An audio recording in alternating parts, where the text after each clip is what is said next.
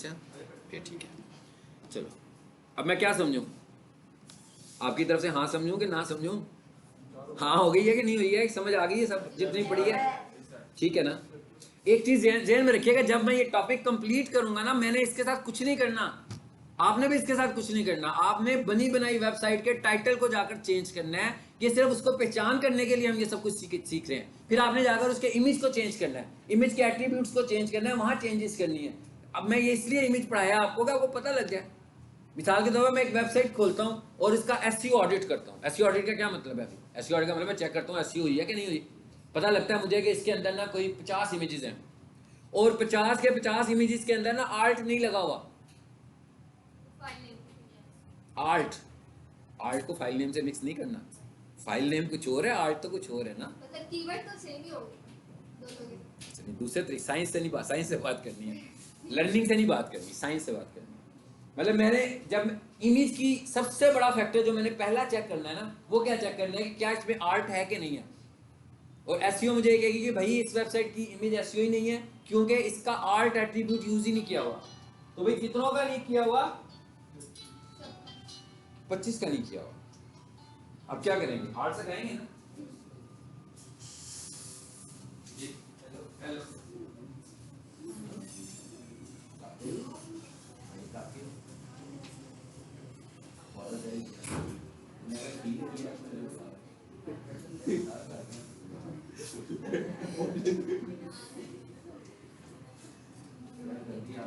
मुश्किल से रोक के बैठा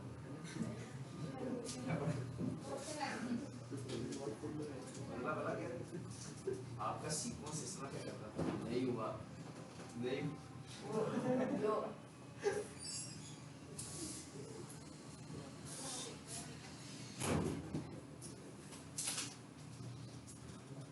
I will definitely communicate about this after class. I'm sorry for that. क्या हो गया? नहीं ज्यादा सीरियस हो गए आप, इतना सीरियस नहीं हो। नॉर्मल। मैंने आपका मैसेज रीड नहीं किया, हालांकि मेरी इनसे 1 to 1 इस बारे में बात भी हुई है, अगर कोई प्रॉब्लम थी।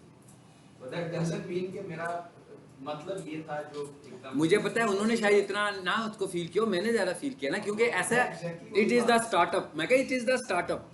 इस तरह के जब मैसेजेस ग्रुप में होना शुरू होते हैं ना, तो फिर बढ़ते जाते हैं ना आहिस्ता आहिस्ता। तो इसीलिए मेरी क्लास में कम से कम कोई ऐसे नहीं करता। हाँ मेरी क्लास में कोई ऐसे नहीं, मुझे पता है कि सब माशाल्लाह मैच्योर हो गए, और जो नहीं भी होते ना मैं उन्हें भी नहीं करने देता हूँ, ठीक है। और फिर कॉलेज वाले जो ग्रुप्स बनाते हैं ना, वो आमतौर पर क्या करते हैं, स्टूडेंट को ब्लॉक कर देते हैं कि मैसेज ना करें। मैं अपने ग्रुप में स्टूडेंट्स को ब्लॉक करना पसंद नहीं करता हूँ। मैं कहता हूँ मैंने ग्रुप स्टूडेंट्स के लिए बनाया है, तो ब्लॉक करने का क्या मैंने ऐड दिखाने हैं अपने? मतलब ऐड दिखाने के लिए तो ग्रुप नहीं ना बनाया, इसीलिए बनाया कि आप सब उसमें पार्टिसिपेट करो, आपको जो इश्यूज आते हैं वो डिस्कस करो। तो अब इश्यूज डिस्कस मुबारक ना करें, हाँ ठीक है ना। मतलब ये नहीं कि चांद नजर आ गया बहुत मुबारक हो आपको, और किसी ने अच्छा काम कर दिया उसको भी इमोजीज नहीं दिखा रहे हैं आप। एक बंदे ने अच्छा काम कर दिया ना, एक ताली बजा रहा है, कोई कुछ कर रहा है, नहीं भाई अच्छा कर दिया, सोके यार फाइन। इस तरह करने की भी जरूरत नहीं है। अगर एप्रिसिएशन चाहिए ना, मेरी एप्रिसिएशन का वेट करें, खुद एक दूसरे को अप्रिशिएट क्यों। उससे पता क्या मसला है, वो इतने सारे मैसेजेस आते हैं ना, मुझे कोई मैसेज को आइडेंटिफाई करना मुश्किल हो जाएगा कि मैं किस मैसेज को आंसर करूं और किसको नहीं करूं, ठीक है। एनीवेज ये हम ऐसे ही बात कर रहे हैं, जनरल बात कर रहे हैं, ठीक है। इसको हमने इतना जिस बात पे आपने पेंट किया था ना, वो मैंने अभी देखी। अच्छा ठीक है। वो मैसेजेस आपके नहीं मुझे नहीं पता किसका मैसेज था, मैंने सिर्फ ये पढ़ा था, वो जो उन्होंने टेक्स्ट कैप्शन दी हुई थी ना, वो कैप्शन मुझे अच्छी नहीं थी लगी ना। मैं सबके सामने मैं हल्फन कहता हूँ कि ठीक है चलो ठीक है। अनफॉर्चुनेट मैंने ये भी लिखा उसके बाद प्रेस कॉन्फ्रेंस करवा देते हैं आप, ठीक है। For any further assistance feel free to call me, मैंने वो काशिफ साहब को लिखी। ठीक है प्रेस कॉन्फ्रेंस करवा दें इनके। चलो आगे चलें। हाँ भैया पुराना क्लियर सब कुछ, थोड़ा सा एक नया टॉपिक, एक टैग आज और पढ़ लेते हैं, ठीक है। हमने इमेज पढ़ लिया, चलें। हाइपरलिंक, ठीक है। हाइपरलिंक क्या होता है पहले उससे देखते हैं।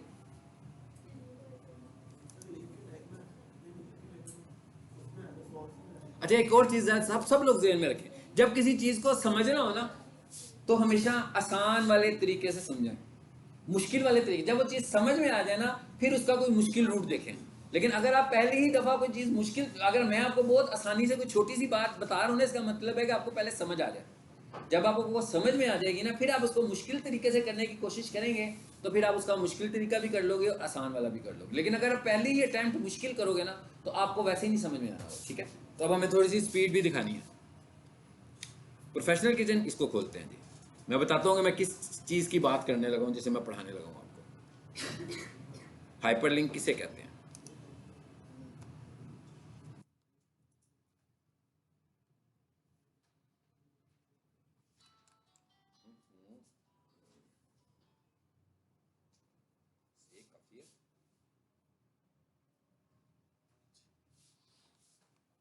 ये मैं मेन्यू पर गया, ये अबाउट लिखा हुआ है, अबाउट के साथ क्या हुआ है, हैंड बना हुआ आ रहा है, ये हाइपरलिंक है। ठीक है, अच्छा अब इसे बंद करें। इसका मतलब क्या हुआ, बहुत सारे हाइपरलिंक है, ऐसे ही है। इस मेन्यू में 4 ऑप्शन जो है ये हाइपरलिंक्स ही हैं।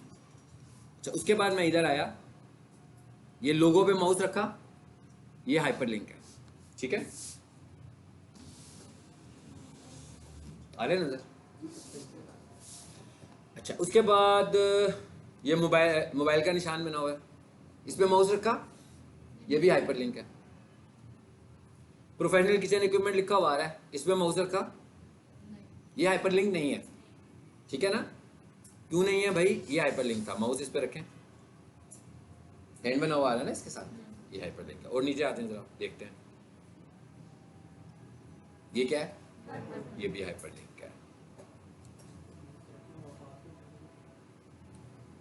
और ये पता लग गया हाइपरलिंक्स कौन से हैं।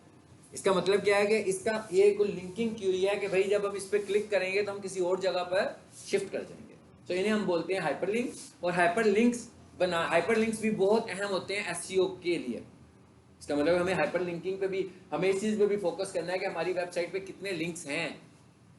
हम एसईओ नहीं पढ़ रहे हैं, हम लोग इस वक्त सिर्फ वो टैग्स पढ़ रहे हैं जो एसईओ को समझने के लिए ज़रूरी हैं। क्योंकि अगर हमें उन टैग्स का ही नहीं पता होगा तो हम एसईओ कर नहीं पाएंगे। ठीक है, एक ये माउस रखा इस पे, अब हम इस पे क्लिक करेंगे तो हम कहीं आगे चले जाएंगे। अब हम आ जाते हैं ज़रा हाइपरलिंक पर। चलिए, हमने सारा स्ट्रक्चर तो बना ही लिया। अब ये वाला टैग मैं आपको बताने लगा हूँ, जरा इस वेबसाइट पर आए। अभी मैंने आपको इससे पहले एक बात की थी छोटी सी, क्या बात की थी पहला? ऑल्ट टैग की। जैसे मैंने कहा कि भाई एक वेबसाइट आई है, उसकी जब हमने एसईओ, इमेज एसईओ चेक की तो हमें पता लगा कि इसके ऊपर तो ठीक है ना, इसके ऑल्ट है ही नहीं है, मिसिंग है सारे के सारे ऑल्ट। तो इसका मतलब क्या हुआ कि भाई इसकी इमेज एसईओ ही नहीं हुई। एक पार्ट अभी देखा मैंने इमेज का, इमेज एसईओ का सिर्फ एक पार्ट। दूसरा पार्ट क्या है? इमेज का नाम 01, 05, 09, 11, 15, 20 XYZ। इसका मतलब है कि नामों वाली एसईओ भी नहीं हुई, इमेज नेम एसईओ भी नहीं हुई। इमेज नेम एसईओ क्या कहती है कि आपका जो कीवर्ड है वही आप फाइल का नाम रखो। अब आप मिक्स ना करना आर्ट को और फाइल के नाम को। फाइल का नाम वो है जो डिस्क पर स्पेस के लिए सेव किया हुआ है हमने। आर्ट वो है जो इमेज के अंदर आप मैसेज दे रहे हो। किसको मैसेज दे रहे हो? क्राउलर को, कि भाई ये तस्वीर है, इसके लिए इस टेक्स्ट को रैंक करना। ये तस्वीर है, इसके लिए देखो भाई, किसी बंदे ने तस्वीर ढूंढनी होती है तो गूगल को तस्वीर तो नहीं ना दिखाता, पहले क्या करता है? टेक्स्ट लिखता है, उस टेक्स्ट को लिखने के बाद तस्वीर आती है। तो इसका मतलब तस्वीर भी कैसे रैंक हो रही है? टेक्स्ट मैसेज के साथ। तो वही हम टेक्स्ट मैसेज आर्ट की शक्ल में दे रहे हैं, यानी गूगल तस्वीर से मुतासिर नहीं हो रहा आपकी। गूगल किसकी वजह से आपको रैंक कर रहा है? आर्ट एट्रीब्यूट की वजह से रैंक कर रहा है मेजर। दूसरा बात क्या है कि कहता है भाई आपका जो फाइल नेम है वो भी आपका वही होना चाहिए जो आपका कीवर्ड है। यानी यूं कह लें कि जो आर्ट में मैंने लिखा वो कीवर्ड है। तो इसका मतलब क्या हुआ कि जो मेरा कीवर्ड आर्ट में आ रहा है, मैंने कोशिश करनी है वही नाम मैं फाइल को भी दे दूं। लेकिन अगर मेरे इमेजेस बहुत सारे हों, कीवर्ड एक ही हो, तो फिर आगे मैं उसके साथ नंबरिंग कर सकता हूँ। मैं कह सकता हूँ commercial kitchen equipment -1, commercial kitchen equipment -2। यानी कि इस तरीके से मैं नंबरिंग साथ कर सकता हूँ ताकि मैं एक ही कीवर्ड को रोटेट कर लूँ बार बार। 2 फैक्टर्स हो गए, यानी कि इमेज एसईओ के 2 फैक्टर्स हो गए। पहला फैक्टर कौन सा था? ऑल्ट का। दूसरा फैक्टर कौन सा था? एक और फैक्टर भी था कि भाई मैं माउस रखूं तस्वीर के ऊपर, ये ऐसे रखा ना, तो ऊपर नीचे लिखा हुआ है, ये कॉफी मशीन है ना, तो लिखा हुआ है जी coffee machine, best coffee machine in Lahore. तो ये मेरा कीवर्ड है।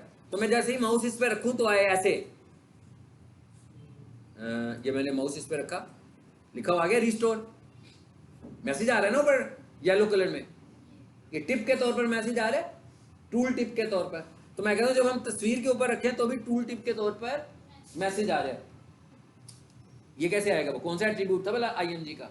टाइटल। टाइटल, टाइटल बिल्कुल ठीक है, बिल्कुल सही कह रहे हैं, टाइटल के साथ हम ये मैसेज देंगे। तो ये भी एक एट्रीब्यूट है जिसको किसी ने अभी डिस्कस नहीं किया। मैं क्या किसी को इसको आप लोगों ने डिस्कस बिल्कुल ही नहीं किया। टाइटल इक्वल्स टू, फिर मैं कीवर्ड लिखूंगा। आर्ट नजर नहीं आ रहा, नहीं आ रहा ना नजर, टाइटल नजर आएगा। कब नजर आएगा? जब आप माउस अपनी तस्वीर के ऊपर लेकर जाओगे तो मैं यहां पर भी कीवर्ड ले आऊंगा।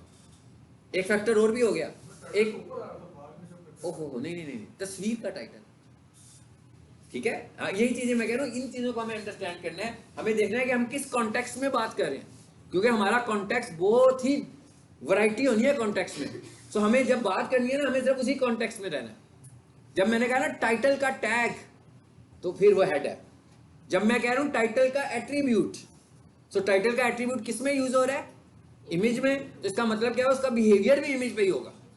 तो इमेज के ऊपर जैसे मैंने माउस रखूंगा तो फिर ही आएगा, ठीक है। इसका मतलब क्या हुआ कि एक एट्रीब्यूट ये भी हो गया हमारे पास एसईओ का, कि भाई इसको भी देखो। उसके बाद एक और चीज भी है कि भाई आपके इमेज का साइज कितना बड़ा है। मिसाल के तौर पर मेरी इमेज का साइज है 900 किलोबाइट्स। गूगल मुझे कहता है कि भाई कोशिश करके इसको 100 या 100 से कम पे ले आओ इमेज के साइज को। आप कोई तस्वीर स्कैन करते हैं, किसी को भेजते हैं, तो मैसेज आ रहा होता है ना भाई ये 500 किलोबाइट्स की तस्वीर है या 200 किलोबाइट्स की है या 1 MB की है। तो आपने क्या करना है? उसके साइजेस को छोटा करना है जितना हम कर सकते हैं, ठीक है। कैसे करना है इसको हम आगे जाके पढ़ लेंगे, ठीक। सो ये मैंने आपको कुछ थोड़े से एसईओ फैक्टर्स भी बताए हैं उसके। वो मैंने, हाँ वो कुछ और था, वो तो विड्थ हाइट मैनेज की थी ना हमने, वो हमने विड्थ हाइट मैनेज की थी। लेकिन हम इस वक्त साइज इन बाइट्स की बात कर रहे हैं, साइज इन किलोबाइट्स। गूगल मुझे कहता है कि किलोबाइट्स में आपकी फाइल का साइज 100 किलोबाइट या इससे कम होना चाहिए। तो अगर मेरी इमेज का साइज 500 किलोबाइट्स आ रहा है, 800 किलोबाइट आ रहा है, तो मुझे देखना पड़ेगा कि मैं क्या करूं जिसकी वजह से ये 100 या लेस देन 100 पे आ जाए। चलिए अब आपको समझ में आ गई बात जो मैं बताने जा रहा हूं। अब आ जाते हैं इधर वापस कोडिंग में। हाइपरलिंक लगाने जा रहे हैं हम। अब भाई हाइपरलिंक टैग है ना, क्या करूं मैं? आप लोगों ने बोलना है टैग, मैं बोलूंगा कौन सा? Less than. अब टैग का नाम है, हाइपरलिंक के लिए हम जो टैग इस्तेमाल करते हैं उसका नाम है ए stand for anchor, ANCHOR, anchor. लिखना नहीं है कहीं पे, मैंने आपको वैसे बताया उसका नाम क्या है। हाँ क्या नाम है जिसका? एंकर। लिखना कैसे है? ए के साथ, सिर्फ हमने ए लगाना है।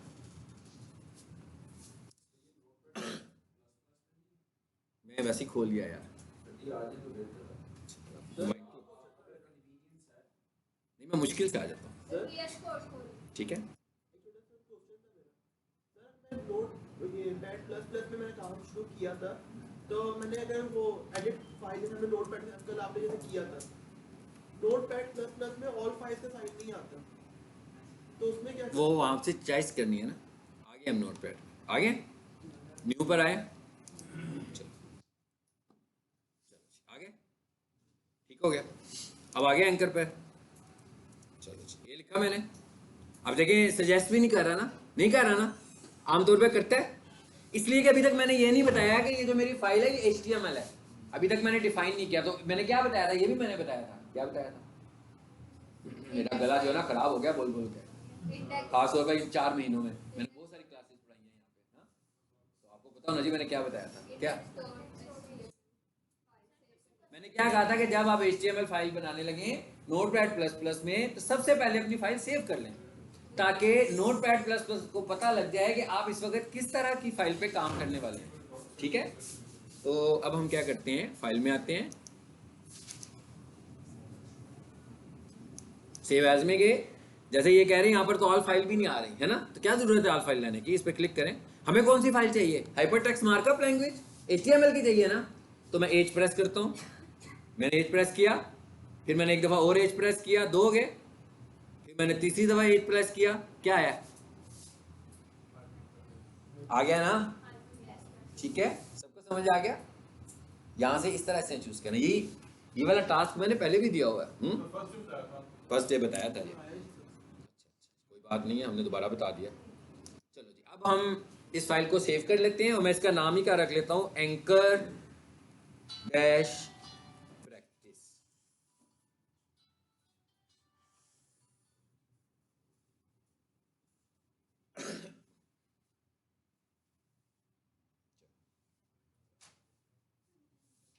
जी आगे देखें जरा, इसको सेव कर दें। लेकिन कलर शलर सब चेंज हो गए। मैंने कहा कलर्स वगैरह सब चेंज हो गए। इसका मतलब क्या होगा कि आपने इसने इसको अंडरस्टैंड कर लिया कि ये HTML फाइल है। अब मैंने ये प्रेस किया, लिस्ट आ गई। चलो जी, मैंने स्पेस दी। अभी मैंने ये क्या लगाया है, एंकर, यानी कि एंकर लगाने के लिए ए का टैग, लेकिन इसके भी आगे एट्रीब्यूट्स हैं। अब एंकर में है क्या एक्चुअली, इसमें भी तो कोई फाइल ही होगी ना। जैसे मैं आपको बटन दिखा रहा था, जब हम उस पर क्लिक करते हैं तो कहीं मूव कर जाते हैं, तो इसका मतलब है यहां पर भी हमें मूव करने के लिए किसी फाइल की जरूरत है। तो इसका मतलब इसका जो पहला है एट्रीब्यूट वो क्या है, href। पहला एट्रीब्यूट क्या है, href। href stands for hyper reference. ये क्या है, क्या चीज है, ये एट्रीब्यूट है। किसका एट्रीब्यूट है, एंकर टैग का एट्रीब्यूट है। हाइपर रेफरेंस का मतलब सब साफ पता लग रहा है कि भाई किसी फाइल का नाम देने वाले हैं हम यहाँ पे, ऐसे ही है ना। आमतौर पर जब ये वेबसाइट पे नजर आता है तो एक HTML फाइल से दूसरी HTML फाइल पे चला जाता है, तो इसका मतलब क्या हुआ कि ये कोई HTML फाइल होगी या कोई URL होगा। ओके, अभी फिलहाल हम HTML नहीं करते। एग्जाम्पल के लिए मैं यहाँ आया और यहाँ आकर मैंने क्या कर दिया, मैं इसे किसी URL पे लेकर जाता हूँ।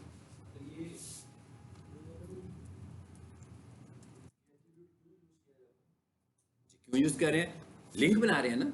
लिंक बनाने के लिए उसे बताना पड़ेगा ना भाई किसके साथ लिंक बना रहे हो। हाइपर रेफरेंस, यानी कि रेफरेंस दे रहे हैं। रेफरेंस कौन सा होगा, हाइपर रेफरेंस कौन सा होगा, यानी कि ऑनलाइन रेफरेंस कौन सा होगा, इंटरनेट से किस फाइल का रेफरेंस देने वाले हैं हम लोग। तो ये पूछ रहा है कि किस फाइल को चलाऊं। इसको और आसान अल्फाज में कह लें, वो मुझसे पूछ रहा है फाइल कौन सी चलानी है इस पे। भाई ये देखो,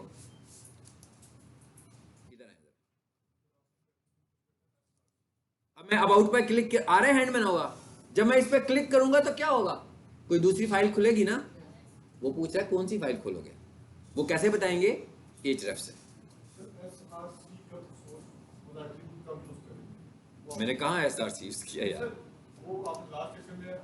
नहीं अब आप इस तरह मिक्स करेंगे आपको समझ नहीं आएगा ना, गड़बड़ हो जाएगी। अब आपको SRC इसके साथ मिक्स नहीं ना करना चाहिए, क्योंकि ऐसा लग रहा है कि SRC इसका पार्ट है। SRC इसका पार्ट नहीं है। हाँ, जब भी मैं टॉपिक कंप्लीट करूंगा फिर आप SRC का क्वेश्चन करना ना, ठीक है। हर किसी के अंदर अलग ऑप्शन है ना, ठीक है। अगर लाहौर पाकिस्तान में है तो लाहौर है, लंदन में है तो लाहौर है, USA में है, इंडिया में भी अगर लाहौर होगा तो इंडिया के सिनेरियो में जाके बात करेंगे ना। अभी इस वक्त हम पाकिस्तान के लाहौर की बात कर रहे हैं। हाँ, अभी फिलहाल हम सिर्फ और सिर्फ एक चीज बात कर रहे हैं, href। href क्या है कि फाइल कौन सी खोलोगे। फाइल ऑनलाइन भी हो सकती है और मेरे कंप्यूटर की फाइल भी हो सकती है। फिलहाल मैं एग्जाम्पल क्या दे रहा हूँ, ऑनलाइन।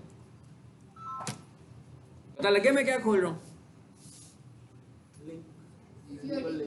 एक ऑनलाइन वेबसाइट खोल रहा हूँ। लो भी जियो टीवी खोलना चाह रहा हूँ मैं, ठीक है भाई, खत्म होगी बात। एक एट्रीब्यूट लगा दिया, मैंने एक एट्रीब्यूट लगा दिया ना कि ये हाइपरलिंक क्या खोलेगा, ये वाली वेबसाइट खोलेगा। अगर मैं पीक सॉल्यूशन की वेबसाइट पे जाना चाहूंगा तो उसका URL दे दूंगा। मैं प्रोफेशनल किचन वाली वेबसाइट पे जाना चाहूंगा, उसका URL भी जहां भी जाना है उसका लिख दूंगा ना नाम। अब यहाँ आता हूँ और यहाँ आकर मैं एक और एक्टिविटी दे रहा हूँ। ये क्या है,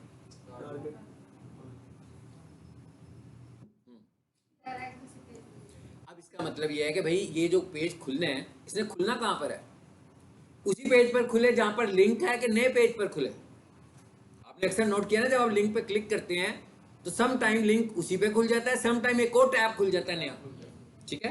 यही हम बता रहे हैं। तो हम कहते हैं भाई टारगेट इक्वल्स टू, फिर डबल कोट्स लगा रहा हूँ मैसेज देने के लिए।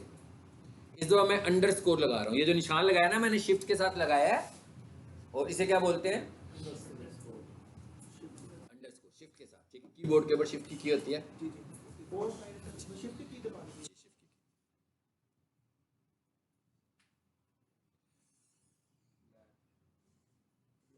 अभी नहीं, वेट, उधर बैठो, वेट। अंडरस्कोर ब्लैंक, इसका क्या मतलब है, न्यू टैब। अंडरस्कोर ब्लैंक का क्या मतलब है, न्यू टैब, और अंडरस्कोर पेरेंट का मतलब होगा वही वाला टैब जिस पे लिंक पड़ा हुआ है, वो बताने की जरूरत नहीं है, बाय डिफॉल्ट वही टैब होता है,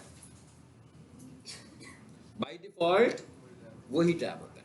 ठीक है, तो अगर आप न्यू टैब पे खोलना चाह रहे हो तो हमें क्या लिखना है, अंडरस्कोर ब्लैंक। चलो ये बहुत हो गया, बंद हो गया। अब आपको पता लग गया मैं क्या कर रहा हूं, एक लिंक खोल रहा हूं, किस चीज का लिंक है, वो जियो टीवी का लिंक है। कहां खुल रहा है, न्यू टैब में खुल रहा है, लेकिन भाई क्लिक कहां पे करने हैं, वहां पे जो मैं आपको दिखा रहा था वहां लिखा हुआ था होम, अबाउट अस, टेक्स्ट लिखा हुआ था ना, उसे हम बोलते हैं क्लिकेबल टेक्स्ट। कि भाई टेक्स्ट कौन सा होगा जिस पे क्लिक करोगे। तो फॉर एग्जांपल फिलहाल मैं क्या कर देता हूं, क्लिक है। एक और चीज याद रखिएगा, एसईओ के पॉइंट ऑफ व्यू से इस तरह के वर्ड्स कोई इतने रिकमेंडेड नहीं होते हैं, क्लिक हियर। यहाँ पर भी आपको कोशिश करनी है कि अपनी प्रोडक्ट्स, अपनी सर्विसेज को आपने जो कीवर्ड्स की शक्ल में लिया हुआ है उन्हीं को इस्तेमाल करें। ठीक है, ये अभी फिलहाल एक एग्जांपल कर रहे हैं हम, तो मैंने क्लिक हेयर लिख दिया, लेकिन अगर आपकी वेबसाइट पे क्लिक हेयर बार बार लिखा होगा तो गूगल कहेगा ये क्या चीज़ है भाई, मुझे समझ में नहीं आ रही है। ठीक है, मतलब इससे कोई मैसेज नहीं जा रहा आपका कि क्लिक हेयर का मतलब क्या है।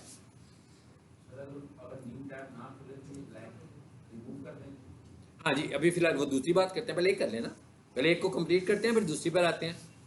बन गई फाइल, सेव पहले भी की हुई थी, दोबारा से सेव कर लें। इस फाइल का नाम है एंकर प्रैक्टिस, सेव करें, सेव हो गई। अब आ जाए वापस उसी में, कहाँ है जी एंकर प्रैक्टिस, ये इसे खोलो। क्या हुआ, क्या कहा था हमने, कहाँ खोलना है इसको, न्यू पेज पर। क्या हुआ, न्यू पेज पे चला गया, नेट नहीं चल रहा, कोई टेंशन नहीं है। ठीक है, न्यू पेज पे चला गया ना, फिर दोबारा क्लिक करें, वही मुझे पता नहीं आ रहा, मैं क्या देखें हर दफा न्यू पेज खुल रहा है। अगर नेट चल रहा होगा तो हम वेबसाइट पर चले जाएंगे। ठीक है, तो एंकर का पर्पस पता लग गया। अब उन्होंने क्वेश्चन किया था कि भाई अगर हम टारगेट में चेंज करना चाह रहे हैं, मैं लिख दूंगा अंडरस्कोर पेरेंट। इसका मतलब क्या है, इसका मतलब है न्यू टैब में नहीं खुलेगा, उसी टैब में खुलेगा। अब अगर मैं ये आपसे कहूं कि मैं टारगेट अंडरस्कोर पेरेंट नहीं लिखता, बल्कि मैं कुछ भी नहीं लिखता, मिटा दूं इसको, इसका भी यही मतलब है कि उसी टैब में खुलेगा। इसका मतलब क्या हुआ कि टारगेट का जो बाय डिफॉल्ट बिहेवियर है वो क्या है कि आपका जो लिंक है वो उसी विंडो में खुलेगा। अगर आप चाहते हैं नई विंडो में खुले तो हम क्या लिखेंगे, पूरा बताए ना, target equals to underscore blank, like this. मतलब पेरेंट लिखने की जरूरत ही नहीं है भाई, अगर आपको उसी में खोलना है तो आप टारगेट का एट्रीब्यूट यूज ही नहीं करो। टारगेट का एट्रीब्यूट आपने कब यूज करना है, जब आपको न्यू टैब पर मूव करना है।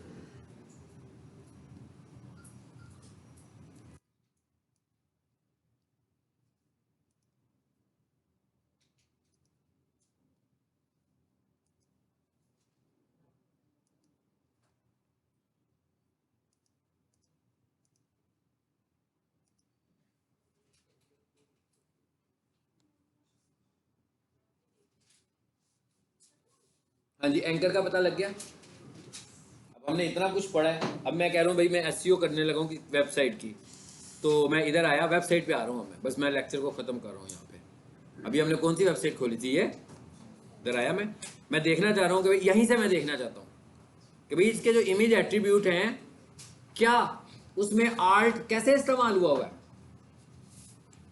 मैं इसकी कोडिंग में जाता हूँ, कैसे जाते हैं कोडिंग में, कंट्रोल यू करके, मैं कंट्रोल एफ करता हूँ और यहां आकर मैं लिख लेता हूं आल्ट इक्वल्स, क्या कह रहा है देखें, 17 सर्चेस, स्क्रीन पर देखें ना फिर समझ आएगा, तो फिर परेशान हो गया।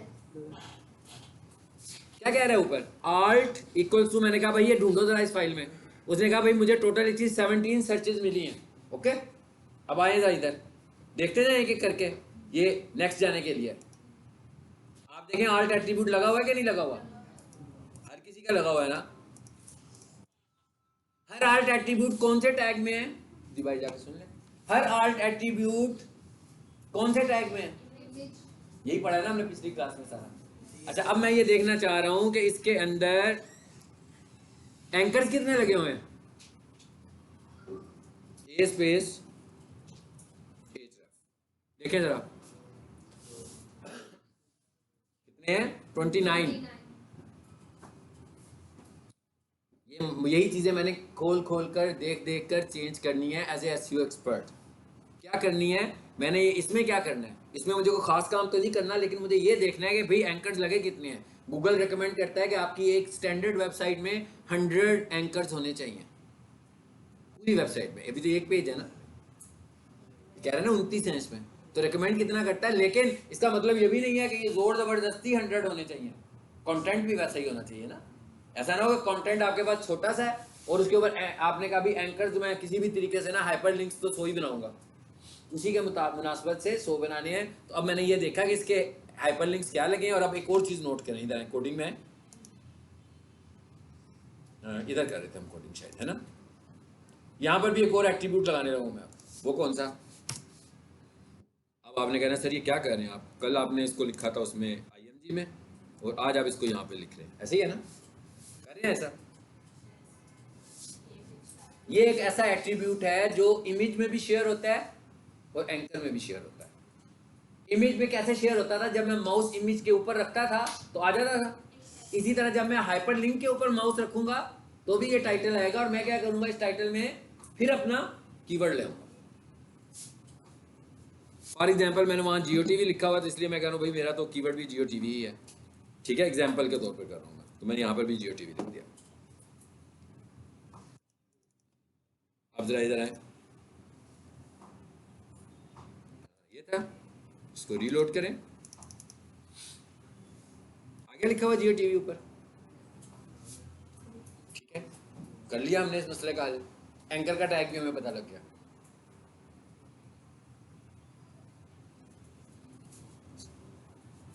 अब आप बताएं SRC, आप पूछें SRC।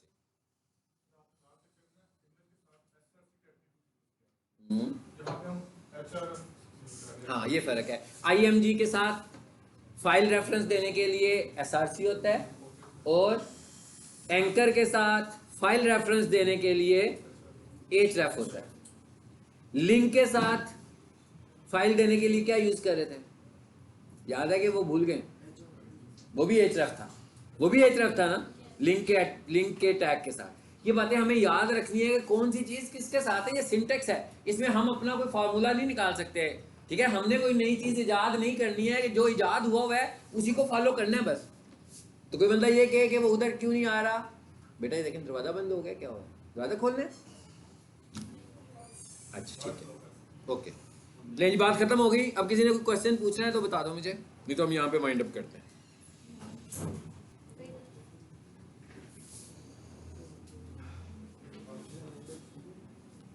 ठीक हो गया,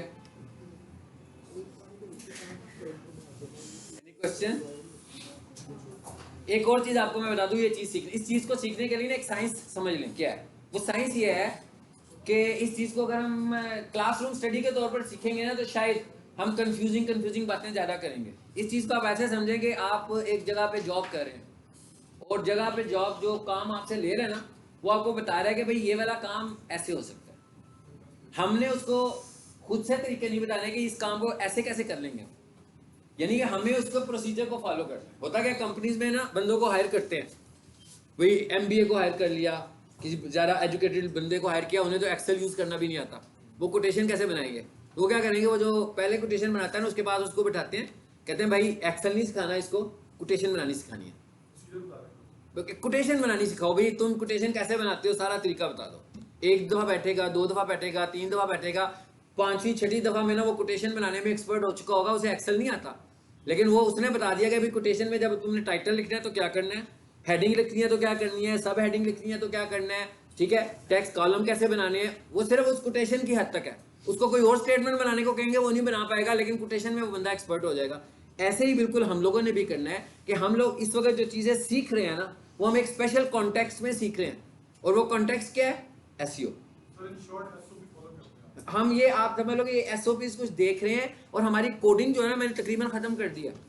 अब हम आगे क्या करने वाले हैं, अगले लेक्चर में हम क्या करने वाले हैं? अगले लेक्चर में हम ये करने वाले हैं कि भाई ये वेबसाइट जो है ना, अगले लेक्चर में मैंने ये करनी है सिर्फ। ये भी एसईओ का पार्ट नहीं है, यानी अभी जो कुछ सीखा ये एसईओ की प्रीरेक्विजिट थी। एसईओ की प्रीरेक्विजिट थी कि भाई मैंने जो एसईओ करनी है ऑन साइट, मुझे इमेज पर करनी है, मुझे टाइटल पे करनी है, मुझे मेटा पे करनी है, मुझे हेडिंग स्टाइल पे करनी है, मुझे बोल्ड स्ट्रॉन्ग ये सब चीजों पे करनी है, मुझे हाइपरलिंक्स पे करनी है, इसलिए मैंने टैग्स पढ़ लिए। लेकिन अगला जो मरहला है वो मुझे एक वेबसाइट चाहिए, ठीक है। अगर आप में से किसी के पास कोई वेबसाइट नहीं है तो आप एसईओ को इंप्लीमेंट कैसे करोगे? नहीं कर सकते ना। सो अगले फेज में मैंने ये वाली जो वेबसाइट है ये सबको देनी है, और अगली क्लास में मैंने यहां से ये लोगो चेंज करना है, यहां से ये तस्वीर चेंज करनी है। जैसे मैं चेंज करना बताऊंगा आपने भी वैसे ही करनी है। हम वेब डेवलपमेंट नहीं सीख रहे, ज़हन में रख रहे हैं, लेकिन हमने इस वेबसाइट को 100% हर किसी ने अपनी ऑनरशिप में ले आना है। यानी यहां पर लोगो आपकी मर्जी का हो, हर स्टूडेंट का अपना अपना, यहां पर तस्वीरें उसकी अपनी हो दो, यहां पर कंटेंट भी उसका अपना हो कि वो क्या करना चाह रहा है। मैं डायरेक्ट ये चेंज करना सिखाऊंगा, फिर इसका मतलब मैं ये तस्वीर चेंज करनी सिखाऊंगा। इसका मतलब क्या हुआ भाई, नीचे जितनी भी तस्वीरें हैं कर लोगे ना चेंज। अगर मैं एक बताऊंगा फिर सारी चेंज हो जाएंगी, तो पीछे क्या बच जाएगा? सिर्फ टाइपिंग ही बच जाएगी। क्या होना चाहिए? ये वेबसाइट आपकी बन जानी चाहिए कि नहीं बननी चाहिए?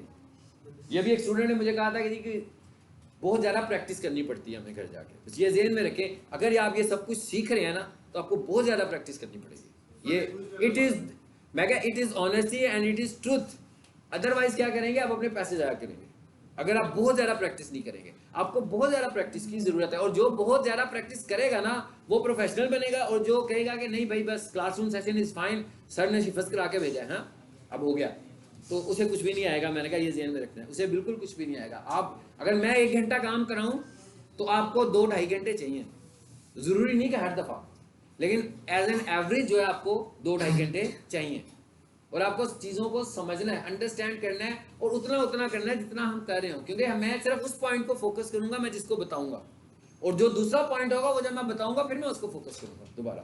तो आप पॉइंट टू पॉइंट चीज़ों को समझेंगे तो आपको एक्सपर्टीज आ जाएगी। ये जो वेबसाइट आपको मैं इतनी रोजाना दिखाता हूँ, मैंने नहीं बनाई है, मैंने स्टूडेंट से बनवाई है। आप ही की तरह का एक स्टूडेंट बैठा हुआ था क्लासरूम में, ठीक है, वो ज़्यादा इंटरेस्ट शो करता था, ज़्यादा ही एफिशिएंट बनता था, ठीक है, तो उसने ये बना दिया था। बाकी के स्टूडेंट्स ने नहीं बनाई। मैं क्या, और स्टूडेंट्स कम काम, जो काम करेगा उसको आ जाएगा, ठीक है, जो काम करेगा उसको आ जाएगा। और जिसने ये वेबसाइट बनाई थी वो कभी मुझे 2 बजे रात को मैसेज कर रहा होता था, कभी 3 बजे तो कभी 1 बजे, कि सर ये देखे मैंने इतना कर लिया, ठीक हो गया कि नहीं ठीक हो।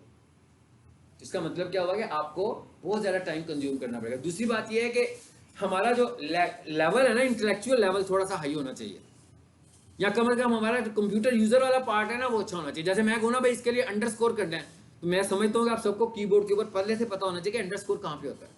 अगर मैं आपसे कहूँ भाई आपकी जीमेल अकाउंट के अंदर जरा सिक्योरिटी लगा लो, तो आपको कम से कम ये बेसिक बातें, ये बिल्कुल डिजिटल मार्केटिंग नहीं है, मैं क्या, ये कंप्यूटर यूजर्स की बात है। अगर मैं आपसे कहूँ ना नेट पर जाना जाकर और ये छोटा सा एप्लीकेशन फ्री मिलता है, ये लिखना वो सामने आएगा तो उसे इंस्टॉल कर लेना, तो आपकी इतनी स्किल होनी चाहिए कि आप उसको जाकर इंस्टॉल कर सकते हो।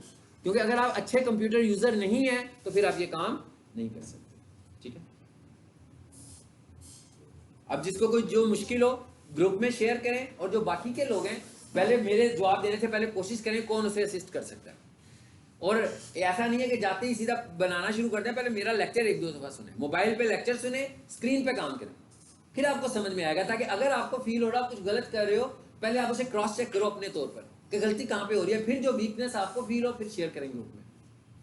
कोई स्टूडेंट बता दे तो फाइन, नहीं तो फिर मैं आपको आंसर कर दूंगा, ठीक है।